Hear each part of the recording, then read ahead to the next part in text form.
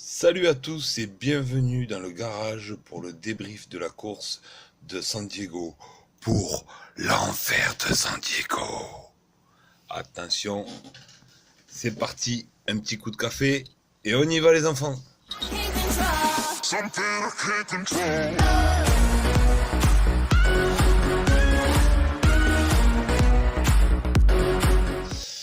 Comment dire? Ça a été l'enfer, hein, parce que vu les conditions dantesques qui se sont tapées, on a vu de très belles courses, mais alors, un enfer, hein. Ça porte bien son nom, cette course. Je pense que si le reste de la saison est sous des bonnes conditions, on risque d'avoir des courses normales.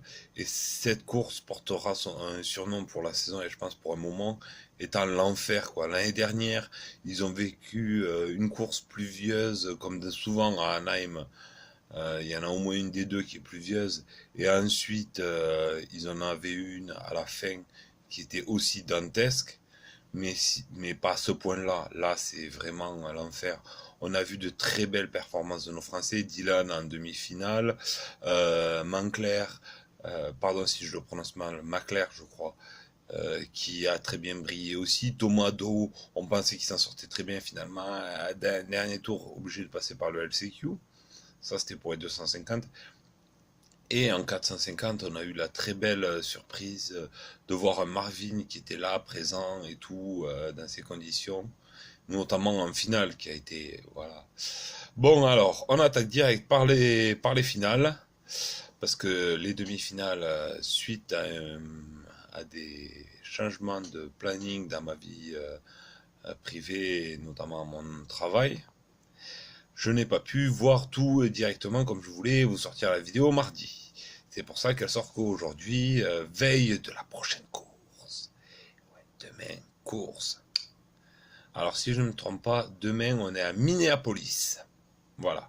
À regarder demain tranquillement, en se réveillant, 10h midi, on a le temps de finir le petit déjeuner, prendre l'apéro et limite préparer les grillades ou préparer le repas pour la course.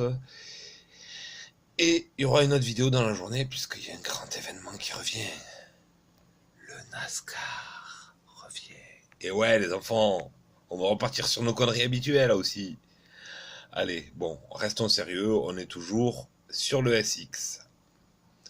Donc, la finale 250, avec un départ moyen, voire très moyen de Dylan, qui a remonté, Cianciarulo qui a très vite pris les devants et qui a dominé la course, qui a très bien géré son truc d'ailleurs, très bien, ça fait 3 victoires dans la saison, vraiment pas mal.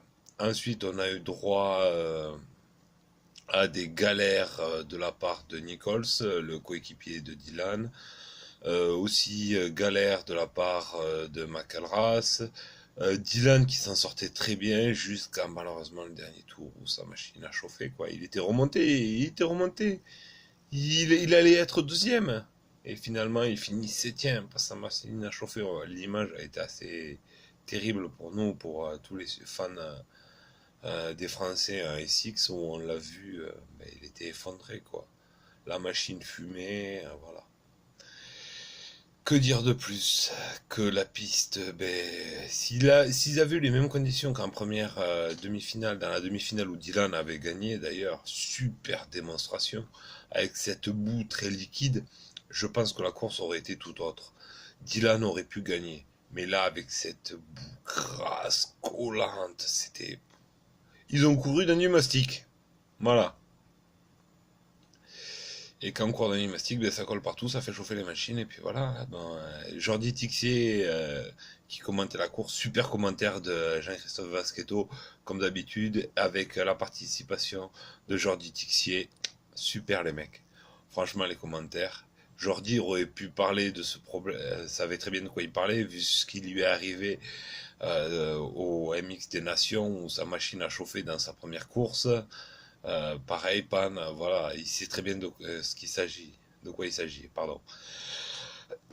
Bon, on va attaquer avec la finale des gros bras, hein, les 450. Hein. Super départ de Roxen et de Eli Tomac. Roxane qui se rate dans le premier enchaînement, qui est à l'avant, qui se bloque, on sait pas trop. Enfin, on voit qu'il perd l'avant. C'est assez bizarre. Cette chute, c'est dû aux conditions, hein, parce que les trous ont été rebouchés à la va-vite avec de la boue et ben voilà, des défauts d'adhérence et tout. Marvin, très mauvais départ, comme en demi-finale où il nous a fait une figure de style. Oh la sucette, si vous le voyez pas, si vous l'avez pas vu, foncez voir ça dans sa demi-finale au démarrage. Il part complètement en travers sur la grille, son pneu arrière a dû patiner, la grille devait être pleine de boue. Et même quand on voit la vidéo, on a l'impression qu'il y a un tir-off qui passe pile au moment où il accélère sous la roue. Entre la boue, la grille métallique, plus, si j'ai bien vu, un tir-off, ça fait un peu beaucoup pour que l'adhérence soit correcte. Ça fait que tout est compréhensible. Voilà. Donc, mauvais départ. Cooper Webb, le coéquipier de Marvin, fait un bon départ. Voilà, on retrouve les gros, quoi. Voilà. Et ben ça, là, Cianciarulo s'envole, Bogle qui fait une bonne course, Marvin qui remonte, super propre et tout. Un moment Webb le talonne et Marvin s'arrête un peu dans une ornière parce que eh ben, ça a dû toucher, il passe tranquille. Et là, Cooper Webb nous fait une figure de style et passe par l'avant.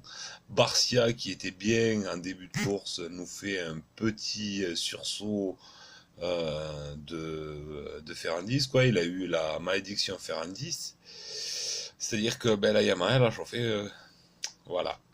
Donc, fin de course, il perd de gros points, lui qui était pas trop mal placé. Et Marvin qui remonte, et qui arrive avec les chutes de Baguette, de Bogle et tout, ben, qui nous finira la course tranquillement, en deuxième place, enfin tranquillement, en faisant un dépassement sur Roxane dans l'avant-dernier bout de droite, vraiment magnifique, et qui lui permet de prendre la deuxième place. Et au classement général, on a donc un Eli Tomac qui n'a que 4 points d'avance sur Roxane et Musquin qui sont à égalité les deux. Ouais, ben un peu plus loin à 8 ou 10 points. Et donc la semaine prochaine dans un stade couvert, Marvin, fonce, attaque, va la chercher ta première victoire, on la veut. Bon, désolé pour cet effet un peu à la Gigi Abrams, mais j'essaye de mettre un peu de suspense, un peu de panache dans cette vidéo. Sur ce, les enfants, on se retrouve très vite pour la prochaine course, puisqu'elle a lieu demain, donc. Alors, on va voir ça tout de suite pour vous confirmer que je vous dis pas de bêtises, où elle se passe demain. On va sortir le calendrier. Demain, la course va se passer, si ça veut bien fonctionner, la technologie et moi. Alors, là, on était au Petco Park à San Diego. La prochaine course a lieu à l'US Bank Stadium de Minneapolis. Voilà les enfants. Bon, ben, on se retrouve demain pour Minneapolis. Sur ce, passez une bonne journée. Pour ceux qui peuvent aller rouler avec vos motos, il fait beau, allez-y, profitez-en. Et donc, on attaque aussi avec la KT, avec les 250 de l'autre côte. On change de côte. Allez, portez-vous bien et à très vite dans le garage.